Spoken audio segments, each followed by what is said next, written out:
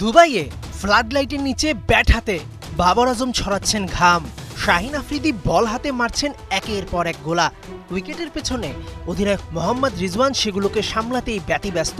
পাকিস্তানি ক্রিকেটাররা নিজেদের ঝালিয়ে নিচ্ছেন শেষ মুহূর্তে। টেক ব্রেথ, ক্রিকেট বিশ্বের সবচেয়ে আলোচিত গেম অন।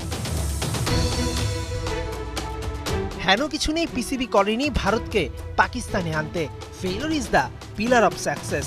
সেই ভারতকে রুখে দিতে ম্যাচের 2 দিন আগে টানা 3 ঘন্টা অনুশীলন সেরেছে মেইন এন্ড গ্রিন। না করেই বা উপায় কি? পরিসংখ্যান, শক্তিমত্তা কোনো কিছুই যে পাকিস্তানের অনুকূলে নয়। তার উপর এই ম্যাচ হারলে গ্রুপ পর্ব থেকে আয়োজক পাকিস্তানের বিদায়। তাই বাবর আজমদের জন্য এটি বাঁচা মরার লড়াই। রাইভাল ম্যাচ, আর তা নিয়ে আলোচনা হবে না তা তো হয় না। এই যেমন ভারতের সাবেক অলরাউন্ডার ইরফান পাঠান পরিষ্কার এগিয়ে রেখেছেন ভারতকে। তবে পাকিস্তানকে জিততে একটা টোটকাও দিয়ে দিয়েছেন ইরফান। ভারতের স্পিন অ্যাটাক সামলাতে পারলেই নাকি এগিয়ে যাবে পাকিস্তান। আর ভারতের ভয় পাকিস্তানের পেস অ্যাটাকে। অধিনায়ক মোহাম্মদ রিজওয়ান ছাড়া বাকি সব ব্যাটারি অন্তত 20 মিনিট করে ব্যাটিং অনুশীলন করেছেন। দলের ব্যাটিং ভরসা বাবর আজম প্রতি বোলারের বিরুদ্ধে অন্তত 2 ওভার ব্যাটিং করেছেন।